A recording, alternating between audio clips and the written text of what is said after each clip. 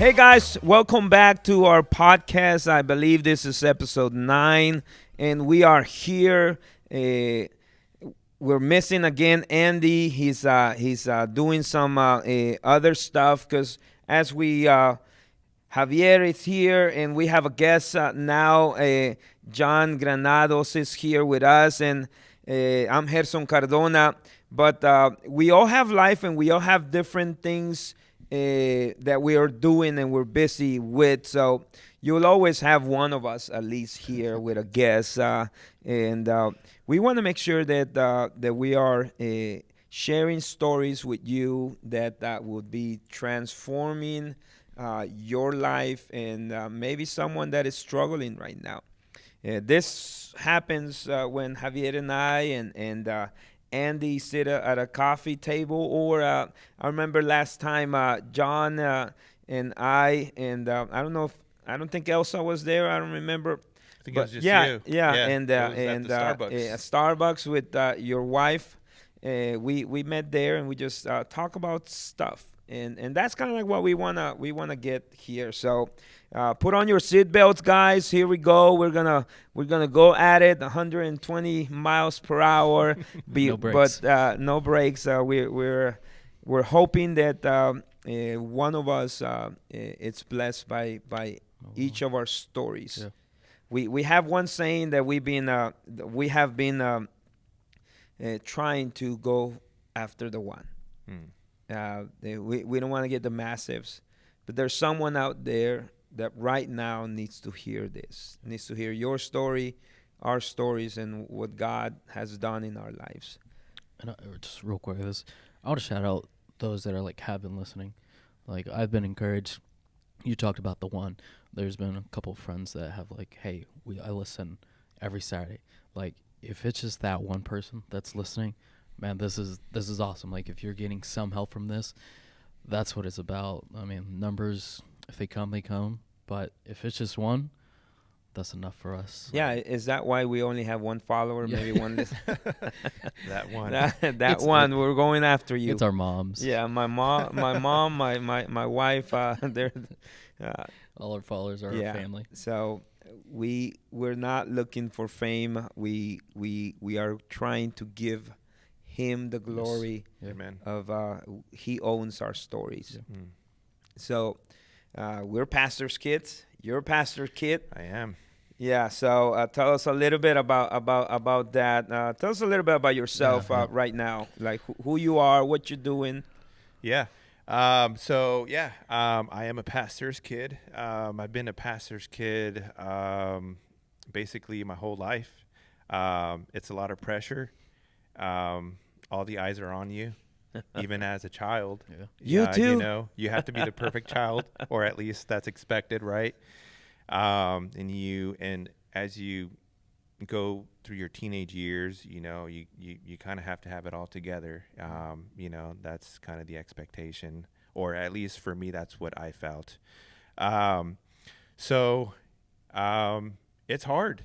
It's hard being a pastor's kid, especially now. If you're a teenager, the distractions, the temptations are only increasing. It's getting harder. It's more accessible. It's getting harder for these kids. Even as an adult, it's hard. So I can only imagine how hard it is for the teenagers now. It was hard. I grew up in church. Can I interrupt you? Yeah, of course. 'Cause We're always gonna interrupt. So.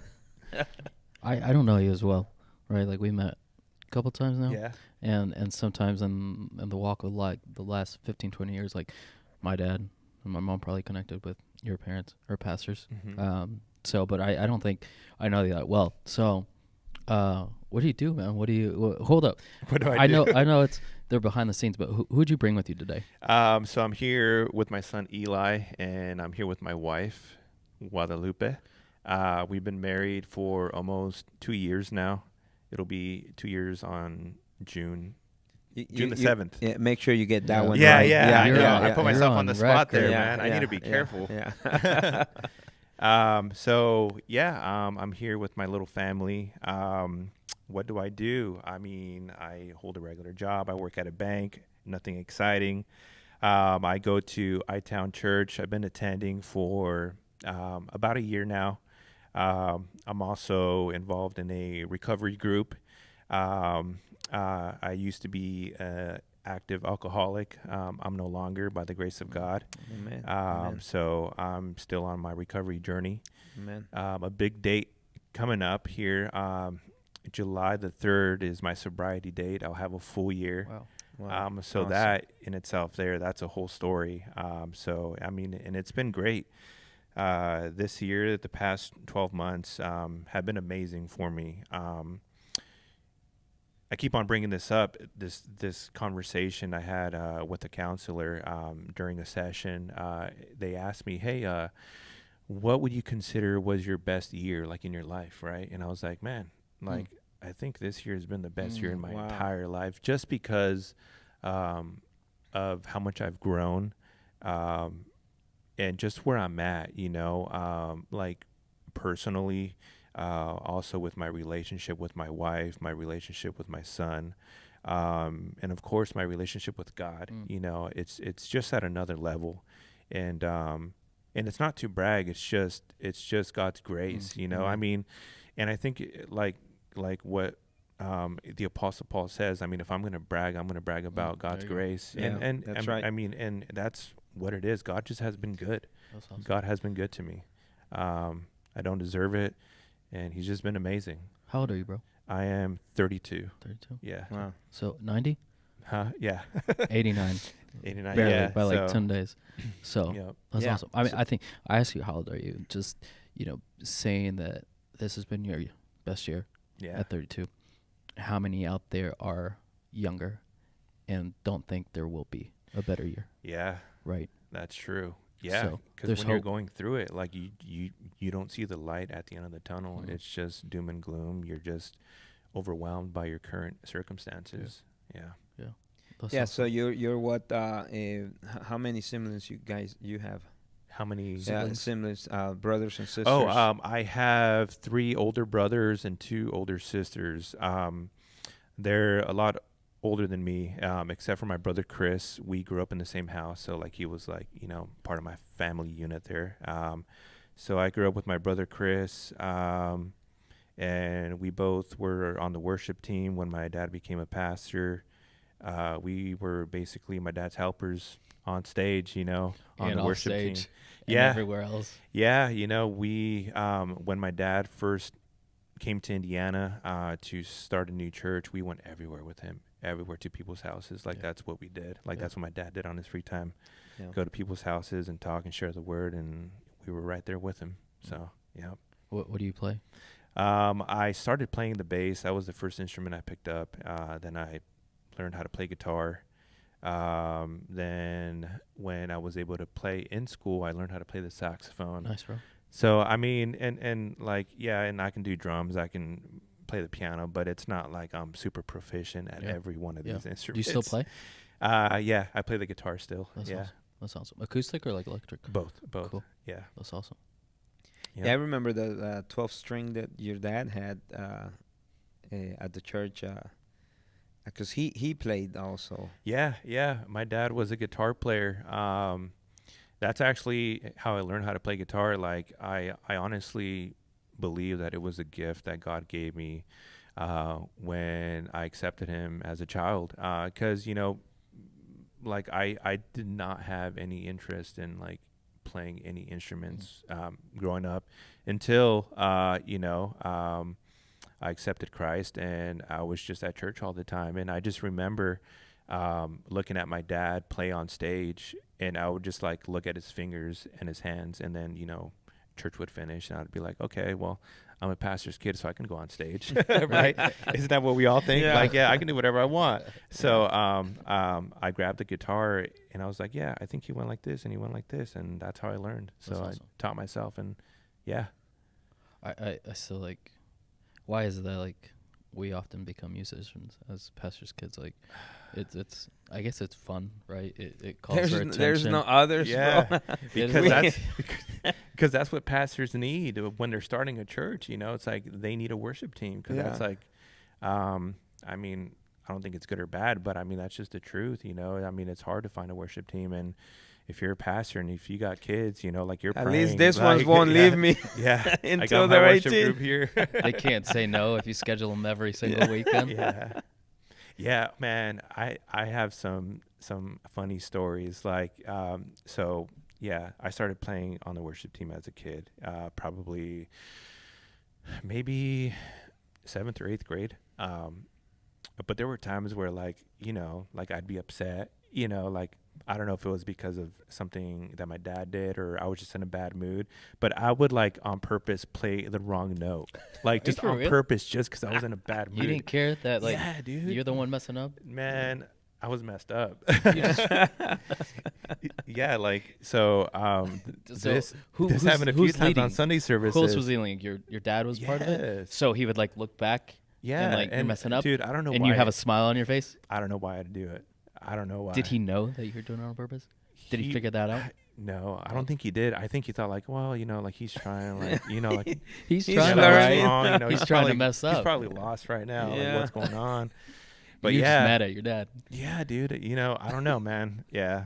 So the good, bad, and the ugly, right? Yeah. No, there it is. I got some of those stories. It's just been amazing how we grew up in church, and there are things that we love, and then there's things that we cannot handle. So we respond differently. So playing the wrong note or not wanting to go on stage, or leaving the sanctuary before you get called. That was me. I will go out, before they put me on the spot. So they were looking for me. I'm not there, so they can't call me because they don't want to get embarrassed. Yeah. And so it's those things that as a teenager you don't know how to handle your emotions, and it can be tough. It can be hard. Yeah, because I mean, there's no time out when you're a pastor's kid and you're going through life and you're actively serving. Like, it's not like, hey, I got it all figured out. I got my belief in my life and my theology all figured out. Now I'm going to serve. It's like you're learning this simultaneously. Right. And sometimes that's hard. Like I remember as a teenager just, going through life and, being in sin, and then, but like, I got to play on church on Sunday. Yeah. Like, like I need to get on stage and I need to serve, just having to deal with that and working that out in my head, like there was times where I struggled with that. That's something that we go through, I remember if you did not take communion. Well, if you did not take communion, there's an interrogation. Something was wrong. Interrogation coming soon. Bro. So I remember it's like right before communion. God, I just sinned against you 2 seconds ago. Yep. Would you forgive me for that? Because I don't want to die right here. You strike me, and I have to take communion because everyone's watching me, and I got to take communion because if I don't take communion, that means I'm in sin, and they're gonna ask me questions, and so it's that, and it's like, wow, that sometimes unfortunately it messes us up, at least for me in my life, because then everything I did was not real. I forgot about that, man. Yeah. We should have talked about that on the traditions episode the other day. Yeah. For us, it was like communion was on the first Sunday of the month. Yeah, like I can almost still feel that emotion of like, oh dang, today's communion. Yeah. And I'm in a load of mess.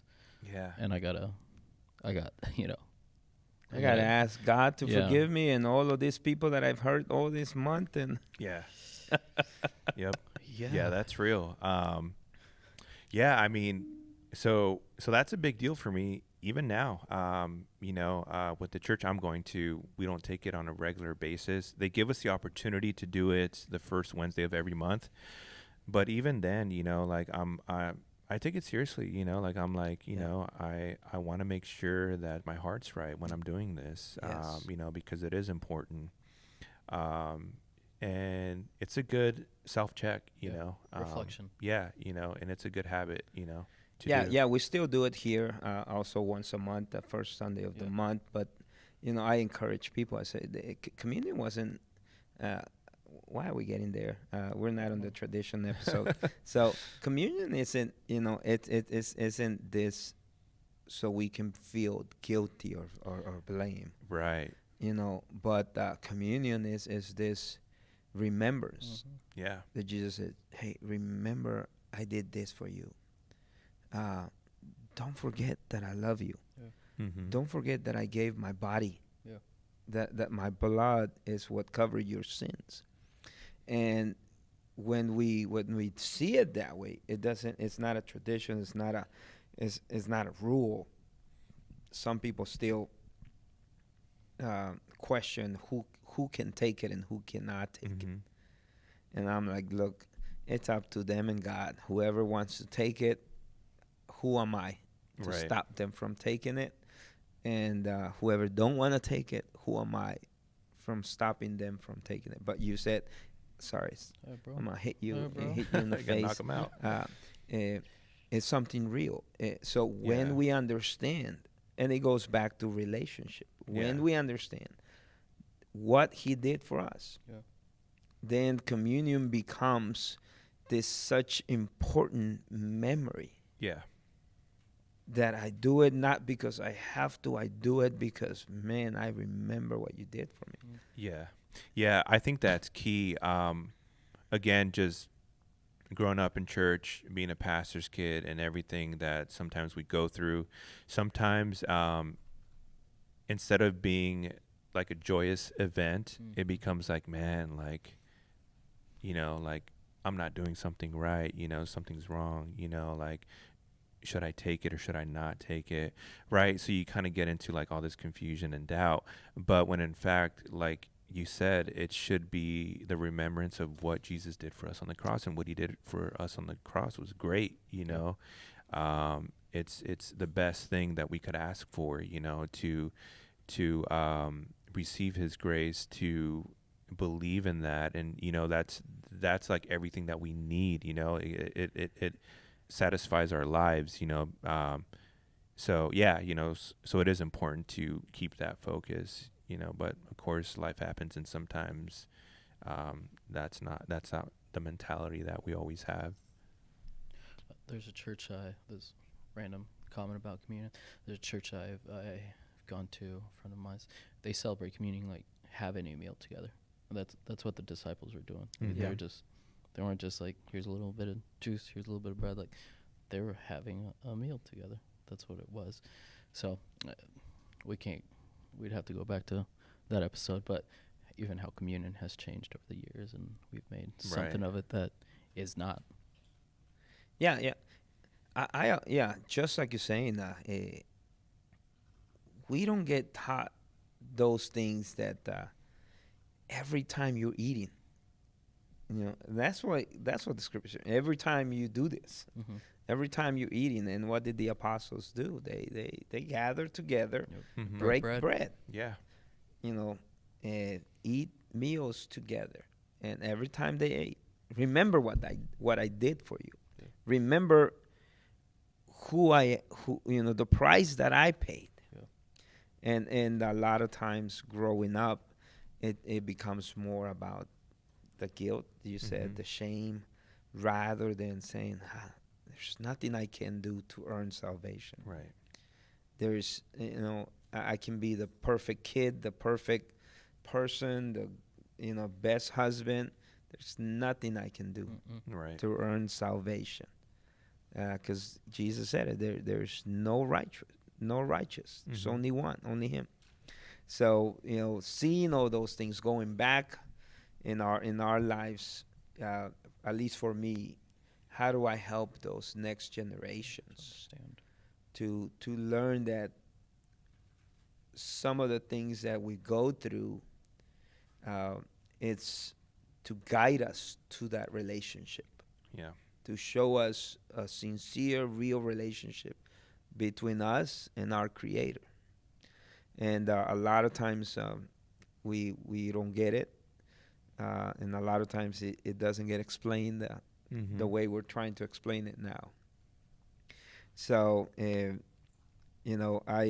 really appreciate, and I want to tell you something too. Thank you for your service. So tell me a forgot to little bit mention about that. So you are in a Yeah, National so Guard, I'm in correct? the Army National Guard. I've been in since 2016. I'm 11 Bravo, which is an infantryman. So I've been doing that. I mean, it's nothing difficult. We basically, I go to drills, which is I go to duty How often? once a month. Okay. And For how long? it could be a day, it could be 2 days, sometimes a week. Is it weekends usually? Yeah. Okay. Yeah. So usually the way it's been going this year, it's like a Friday through Sunday. Okay. So it's not too bad. And then once a year, we go away for a couple weeks. And of course, depending on like what the training schedule is like, sometimes it'll be a whole month. It can be just around here in Indiana. I've gone to Australia too for a training event. So I mean, like it just depends like what they have on the schedule for the year. But yeah, I've learned a lot. What's your rank?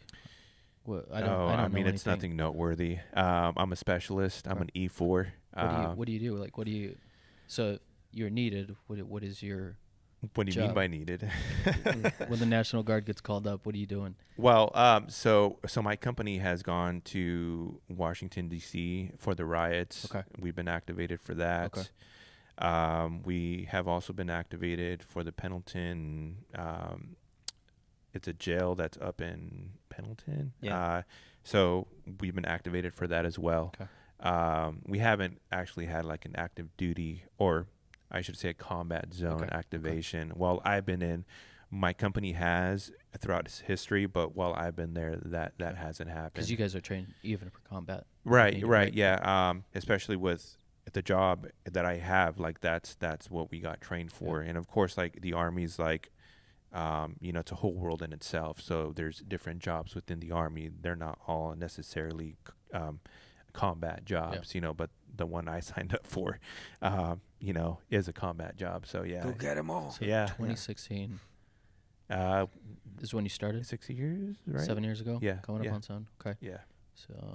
So I why? have 2 years left in my contract. Okay. And You don't done? know if I'll stay in or I look at my wife because she wants me to get out. She looked up. Yeah. She looked up. Yeah, so Yeah, we'll see. Can you tell? I'm trying to get in so I can get the medical benefits. Yeah.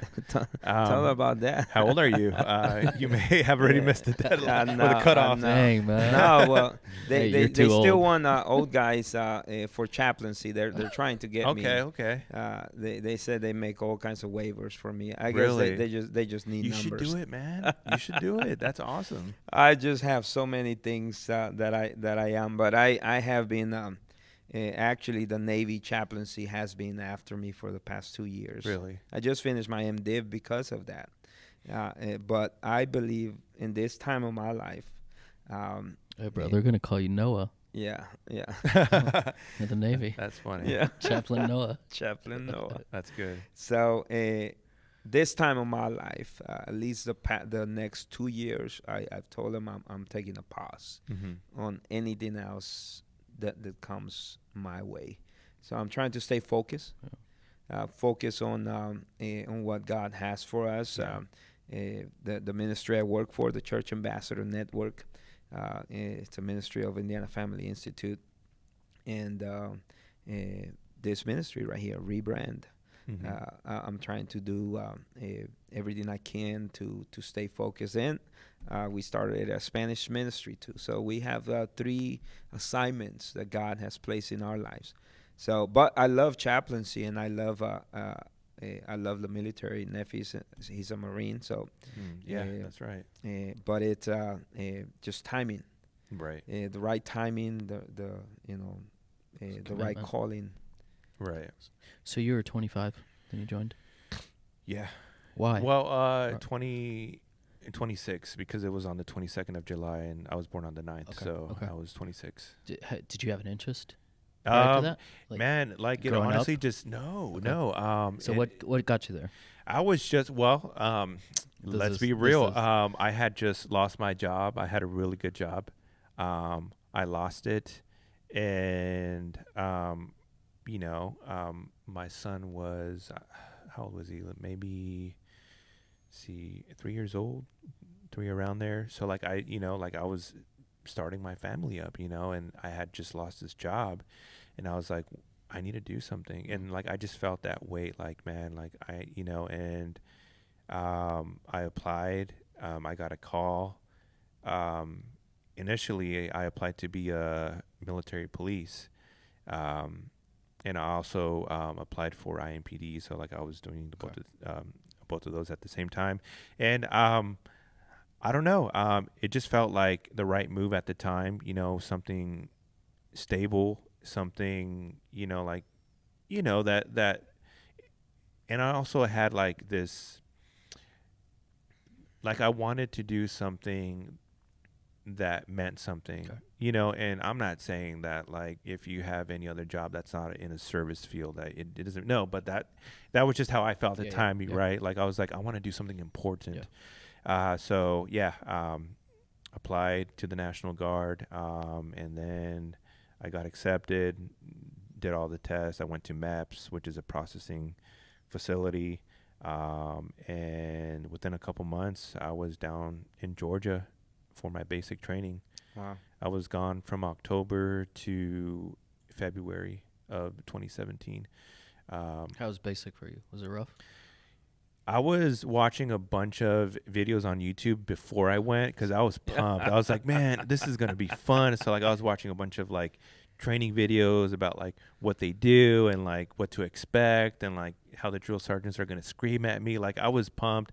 I was even watching like a bunch of war movies to man, I was crazy. But that's what I did, and I went down there and so you feel like what you got is what you already knew you were going to get. You expected it. yeah and I actually expected it to be worse. Okay. Which I guess was a good thing that I expected it to be worse, but it wasn't as bad. But it was still hard. The hardest part for me was the physical aspect of it, because I'm not the fittest guy. Before I went down there, I would never run. But when I got accepted, I was like, well, I need to start running. And I remember, like, I started running around the area I lived, and, like, I had to take a break because my knees were hurting so bad that I couldn't even run. So, like, I was worried. I was like, my knees are, like, shot. I'm about to go to basic training. Like, I'm not going to make it. But I found some pills online and I took them and then it went away. So like I was like, okay, I'm good. Some pills online. That's not shady. for my joints gotcha. So like it wasn't like anything crazy, but like it was probably just like a multivitamin. I went down the street in Yeah. the hood and they gave me some pills. I couldn't feel Fix anything. my pain. Yeah. So yeah, but it was an experience for sure. I came back and I was like super boot, which is a term that we use for like someone who's like fresh out of basic and they're like all into it. Yeah. Like I was wearing my army hat everywhere and like my military boots and jeans. Yeah. Like I'm like, bro, like Yeah, my son says that, Dad, don't be a boot. don't be a boot. Yeah. Has that always been like your approach to everything? Like you're all in into whatever you do? Is this? Unfortunately, and I say unfortunately because I've had some bad ideas and I've gone all in, and it just didn't work out for me. Yeah. Yeah. Cool. Where was God in all this? Like, were you asking God, is this your will, or was it you just doing your own thing? I was finding myself. I was doing my own thing. God was still there. Like I remember. Are you going to church throughout this? I wasn't. I think I was going, but like inconsistently. Yeah. So I wasn't involved. But I remember at basic, like I'd pray, I would journal, and like I would just, because when you go to basic, like you meet people from different walks of life, from all walks of life, that don't act like you, don't talk like you, believe different things from you. Yeah. So like it was like, I'm still trying to maintain my faith while like interacting with Get these exposed, people, and yeah. like how do I do that, so God was there.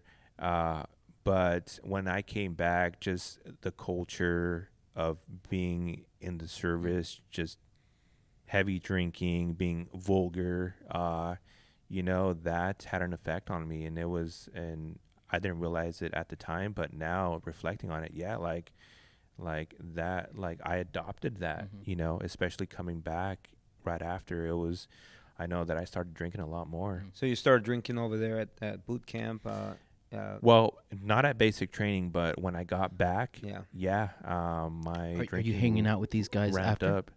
training? So no, because a lot of these people come from different states. So Okay. once and some are active duties, so they go to their bases. There was actually one guy, a friend of mine, his name's Hayes, that was actually from the state of Indiana, Okay. and like I'd hang out with him, um, b- but anyway, so I came back and my drinking just went up. Like I was drinking What whenever I triggered could. it? Like, what do you think? Just the mentality, like I'm a man, I Okay. can, I'm a drink, I want to drink, Yeah. I like drinking, this is part of my personality, this is who I am. Was this on your own? Like, or like just the I community mean, around you? so it started doing it like just in social events, Yeah. but towards like the worst parts of my drinking, I was just drinking alone, Yeah. like even after the party was over, after we came home from the club, still wanted to drink, like that was, yeah, it got pretty bad. And is this after your dad passed or before? Yeah, so I joined after my dad passed. My dad passed away in 2012, December 27th. So yeah, I haven't really pieced the whole story together as like whether that was like something that triggered it, but I do know that when my dad passed, that was very, very hard on me, and I didn't realize how hard that was on me until recently, because like I said earlier, that when you're going through something, like you can't see past your circumstance, like Yeah. you don't see how like bad things really are. But yeah, so because me and my dad we were close. He would tell me stories about things that he had gone through. Just because like you know you reach an age when you're a teenager or a young adult, when like the way that you parent is not like saying, hey, you can't do this or you can't do that. It's more like, hey, this is what I've been through, this is my experience, and I'm sharing this so you learn from it. And that's what my dad did a lot. So yeah, it was very hard when he passed away. And Was it sudden?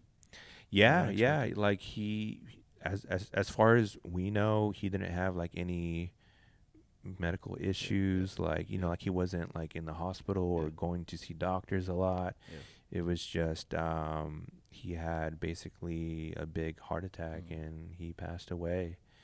Were you in ministry with your dad at this point?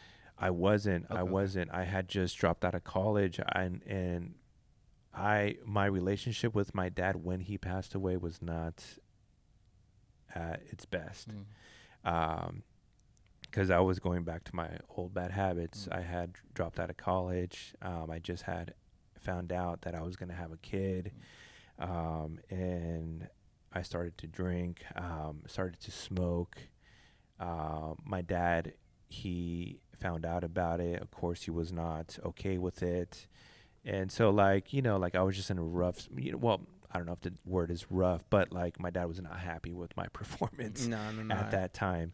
And it's tough. It was hard. The way I found out that he passed away was also hard on me. I was at my girlfriend's house at the time, and I just remember being woken up from a nap, like, hey, you need to go to your house because your dad's not breathing. So it's Oh, like wow. I had just gone over to, and I like woke up from a sleep, and this is the news I wake up to, like, as soon as, you know, so it was hard. And I just remember getting inside the car and just, like, speeding towards my apartment and go up the stairs, and I just see my dad on the ground. I think my brother and one of my nieces was, like, trying to give him CPR. So it was, like, pretty traumatic. Yeah, so it was tough. And it was also hard, too, because, like, my dad obviously was a pastor. A lot of people knew him. So when they took him to the hospital and they were like, yeah, you know, your dad has passed away, like, it's official, right? Because they always got to do that. We maybe had, like, I don't know, maybe like an hour for, like, just the family. And then after that, like, the whole church, like, everyone started coming. And I still don't know how I feel about that. You know, that was, and, like, after that, like, everyone was always around. It was. So is that a good thing or a bad thing? I don't know. Like you felt resentment, like, Well, where's my privacy? Like, not resentment, but it's like, you know, like, I felt like things were moving too fast. Yeah. You know, like, let's just pause. Let's just absorb what is going on, like, the family, like me with my dad. Yeah. You know, like, I mean, just to give you guys an example of how fast things were moving and how I was not given time to process this, like, that same night when we were at the hospital and people from church started coming in, like, someone even asked me, like, hey, John, like, why don't you start to sing a song, you know? And I was just like, not really trying to do that right now, you know? So, yeah, I'm you know, so I'm trying to process. yeah, like, my dad is gone, you know? Yeah, So, yeah. so that's how quick things were going. The reason I asked that is because it bothers me. It upsets me. Mm-hmm. And I don't know. I think it's more Hispanic culture. yeah, I think it is. That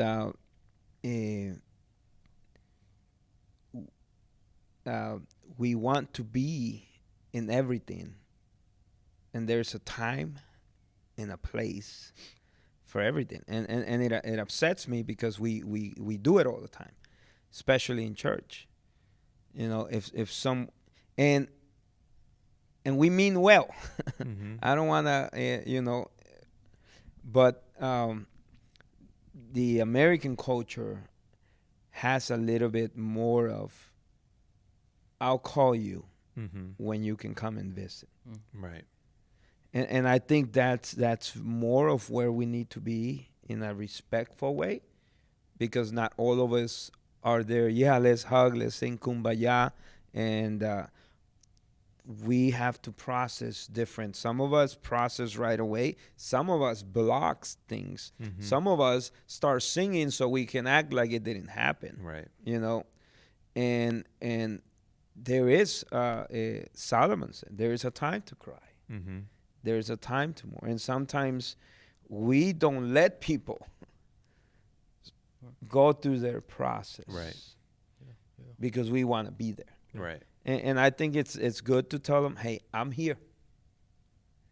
Call me if you need me. I'm here. Mm-hmm. But more of the Latino community is like, hey, open the door. I'm outside the door. Yeah. And you can't be alone in this. No, I really want to be alone. And it's okay. I'm okay. Yeah. I just need to be alone.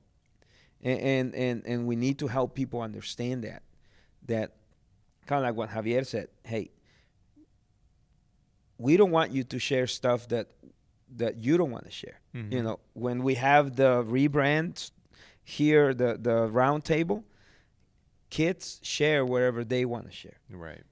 Vulnerability, transparency, however they feel like it. And a lot of times in the Latino culture, it's what upsets me is that we want to be there, and sometimes the best help is just leave me alone for a little bit. Right. Or Just pray for me, you know, send me a text message. You know, I'll let you know when I'm ready for coffee. Mm-hmm. So that's just my view, my personal. It's not it's not a truth. It's just my Sensitivity. personal Right. Yeah. take on stuff like that. For me, it was so my dad passed away 2 years ago, and it was unexpected. Like Dad was on a mission trip and he got a little cold, and 5 days later they're taking an emergency room, and 3 days later he passed away. Right, so like he went from being fully healthy, working a construction project on a ministry that we're doing down there, and just in 1 week Dad's gone. Yeah. And but so in that process, like I think prior to that, I didn't know how to handle somebody's loss. You know, like I think that's the other aspect. Like people don't know what to do, so they feel like they have to say something, right? And so less than a month later, like this, my boss, who was another father figure in my life, like a second dad to me, passes away. And then about a month or two, one of my best friends, his dad passed away, and he was like a spiritual father. And so I think like I learned for me, like if I had the permission to be there, to sit and be quiet and just be there is enough. Yeah. Like I don't have to say something, you know. And I think that's where like people are like, hey, sing something, or like, let me pray for you, let me read you the Bible. Like, just if you're gonna be here, that because I think sometimes it is helpful to be surrounded. There's times where you want space, but just sit, be quiet. That your presence is enough. The ministry of presence, Right. You know, rather than having to say something. Yeah, and you know, so that's why I said that I don't know how I feel about that. That's because like I don't want to, you know, my dad passing away affected a lot of people, so you know I'm respectful about how that impacted everyone else. However, we do learn in the book of Job of just being in someone's presence when they're going through a hard time, like, you know, just sometimes, I mean, there's no words, you know, like you can't do or say anything that's gonna make things better. So just being there, you know, just being quiet and just being there for someone when and if they need you, you know.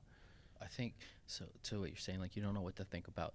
I think we like live sharing our dad with so many other people that like sometimes you're like, can he just be my dad right now, instead of like, why do I have to share him right now? Can I just have this moment, right? And I don't know that that's like necessarily like a bad thing or a prideful thing, but like being pastors' sons, daughters, you're constantly sharing your father, your mother. I just told my mom yesterday, we spoke this with Minati. I was like, Mom, like ministry like keeps us from just being like son and mom.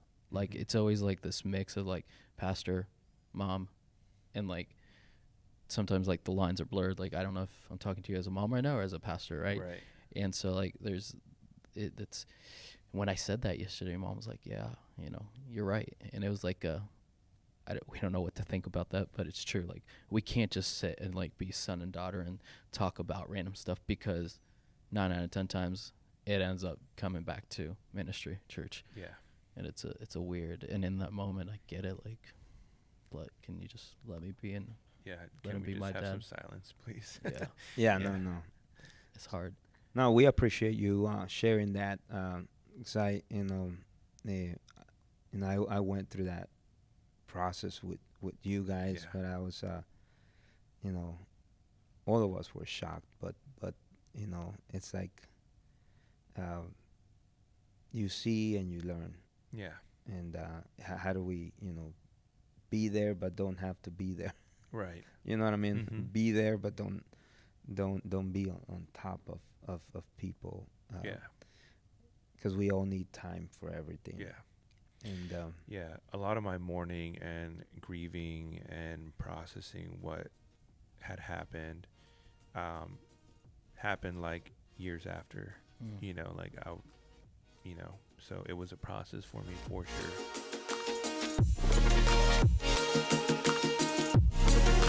We'll be back next week with part 2 of Best Year Yet.